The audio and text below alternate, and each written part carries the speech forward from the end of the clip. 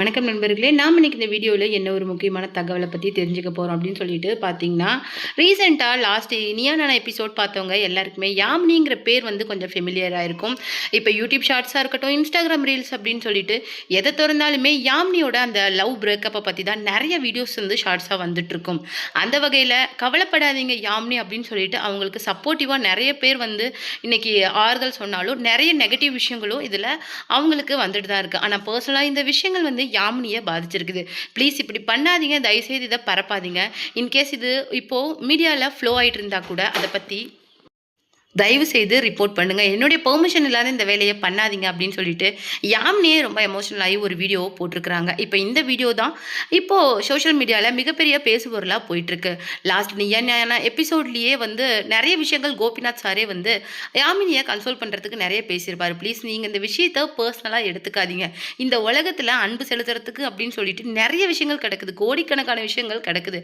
அன்புங்கிறது நீங்கள் நினைக்கிற ஃபார்மில் மட்டும் கிடையாது, அன்புங்கிறது எல்லார் இடத்துலையுமே இருக்குது அப்படின்னு சொல்லிட்டு யாமினியை ரொம்பவும் சமாதானப்படுத்த ட்ரை பண்ணியிருப்பாரு. யாமினியோட இப்போ இந்த வீடியோ தான் இந்த அளவுக்கு இன்னைக்கு சோஷியல் மீடியாவில் ட்ரெண்டாக போகுது. அது அவங்களே வந்து கொஞ்சம் கூட நினச்சிருக்க மாட்டாங்க. அவங்க என்ன பேசுனாங்க அப்படிங்கிறத பற்றி தான் நம்ம டீட்டெயிலாக பார்க்க போகிறோம். வீடியோக்குள்ளே போகிறதுக்கு முன்னாடி நீங்கள் நம்ம சேனலுக்கு புதியவராக இருந்தால் மறக்காமல் நம்ம சிபி ட்ரெண்டிங்கை சப்ஸ்கிரைப் பண்ணி ஃபாலோ பண்ணிக்கோங்க.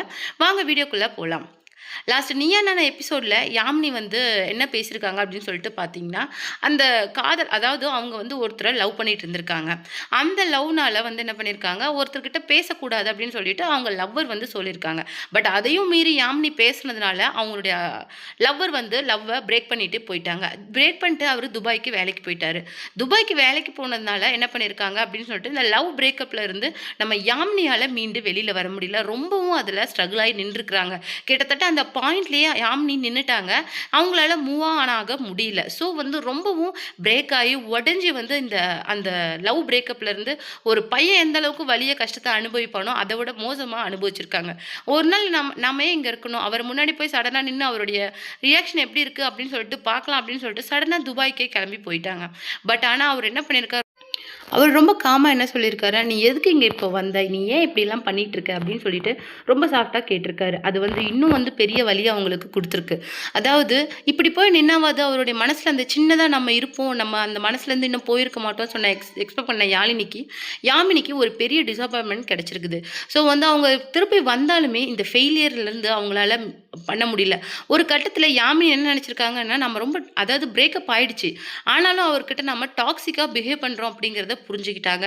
ஸோ இந்த கட்டத்துலேருந்து அவங்களால ஃபார்வர்ட்லேயும் போக முடியல, பேக்வேர்ட்லேயும் போக முடியல. அந்த பாயிண்ட்லேயே ஸ்ட்ரகிள் ஆகி நிற்கிறாங்க. யாமினியோட இந்த விஷயத்தை தான் அவங்க நீயா நானாவில் சொல்லியிருப்பாங்க. அதுக்காக கோபிநாத் சார் என்ன சொல்லியிருப்பாரு அப்படின்னு சொல்லிட்டு பார்த்தீங்கன்னா, தயவு செய்து இந்த மாதிரி வந்து அவர்கிட்ட டாக்ஸிக்காக பிஹேவ் பண்ணாதீங்க, கொஞ்சம் டைம் விடுங்க. ஏன்னா அந்த அந்த ஸ்பேஸ் வந்து உங்களை பற்றி ஃபீல் பண்ணுறதுக்கு அவருக்கு கொஞ்சம் டைம் கொடுக்கணும். அந்த ஸ்பேஸில் அவர் உங்களை பற்றி கொஞ்சம் ஃபீல் பண்ண நீங்கள் டைம் கொடுங்க. நீங்கள் டைம் கொடுக்காம நீங்கள் ஸ்ட்ரகிள் ஆகுறீங்கிற ஒரே காரணத்துக்காக அவரையும் போய் டாக்ஸிக்காக பிஹேவ் பண்ணி பார்க்குறது அப்படிங்கிறது ரொம்ப மோசமான விஷயம். இது ஒரு மாதிரி நம்மளும் வழியில் இருந்துட்டு மற்றவங்களுக்கு அந்த வழியை கொடுக்கறதுக்கு சமம்.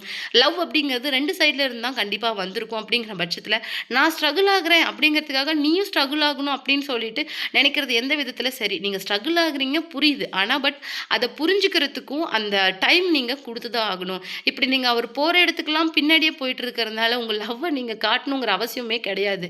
கொஞ்சம் அந்த டைம் கொடுங்க. யாமினி மாதிரி ஒரு பொண்ணு நம்ம லைஃப்பில் இருந்தா அப்படின்னு சொல்லிட்டு அவள் ஃபீல் பண்ணுற அளவுக்கு நீங்கள் ஒரு டைமை கொடுங்க அப்படின்னு சொல்லிட்டு ரொம்ப கோபிநாத் வந்து ரொம்பவும் எமோஷனலாக அவங்கக்கிட்ட பேசியிருந்தாங்க. அது மட்டும் இல்லாமல் சடனாக அவங்க அழ ஆரம்பித்தோன்னு என்ன சொல்லியிருக்காங்க அப்படின்னு சொல்லிட்டு பார்த்தீங்கன்னா, மேபி இந்த லவ் அப்படிங்கிறது உங்களுடைய மறுபடியும் இந்த கைக்கு வரலன்னா கூட ஃபீல் பண்ண வேண்டாம். ஏன்னா இந்த உலகத்தில் அன்பு செலுத்துறதுக்குன்னு சொல்லிட்டு நிறைய விஷயங்கள் இருக்குது. எனக்கு தெரிஞ்சு லவ் அப்படிங்கிறது ரெண்டு ஹியூமன் பீயிங்ஸுக்கு நடுவில் வர்றது மட்டும்தான் லவ் அப்படின்னு இல்லை. இந்த உலகத்தில் அன்பு செலுத்துறதுக்கு கோடிக்கணக்கான விஷயங்கள் இருக்குது. அப்படி இருக்கிற பட்சத்தில் தயவுசெய்து லவ் அப்படிங்கிறது ஒரு சின்ன விஷயத்துக்குள்ள சுருக்கிக்கிட்டு நீங்கள் இதுதான் லவ் அப்படின்னு சொல்லிட்டு நினச்சிட்டு இருக்காதீங்க. அந்த மாதிரி ரொம்ப எமோஷனலாக வந்து கோபிநாத் சார் வந்து ஃபீல் பண்ணாதீங்க, லைஃப் இன்னும் இருக்குது அப்படிங்கிற மாதிரி சொல்லியிருக்காங்க. அதில் ட்ரெண்டான யாமினிக்கு நிறைய பேர் இன்றைக்கி சப்போர்ட்டிவாக பேசிகிட்டு இருக்காங்க. என்ன சொல்லியிருக்காங்க அப்படின்னு சொல்லிட்டு பார்த்தீங்கன்னா, தயவுசெய்து யாமினி ப்ளீஸ் அழுவாதீங்க. நீங்க அன்னைக்கு அழும்போது உங்க கண்கள் வந்து அந்த அளவுக்கு பேசுச்சு. உங்களுடைய வார்த்தைகள விட உங்கள் கண்கள் பேசின மொழிகள் வந்து அதிகம் அப்படிங்கிற மாதிரி சொல்லியிருந்தாங்க. அது மட்டும் கிடையாது. ஏன்னா லவ் அப்படிங்கிறது அந்த பாயிண்ட்ல பிரேக்கப்னா நின்றக்கூடாது. அதுக்கப்புறமும் மூவ் ஆன் ஆகணும். லைஃப்ல நெறைய கஷ்டங்கள் வந்தாலுமே நம்ம அத எதிர்த்து போராடணும். எந்த விதமான ஒரு மனநிலைமையா இருந்தா கூட அத சேஞ்ச் பண்றதுக்கு நம்மளுடைய கான்ஃபிடென்ட்டோட எடுத்து ஸ்டாண்ட் அப் பண்ணி நிக்கணும்.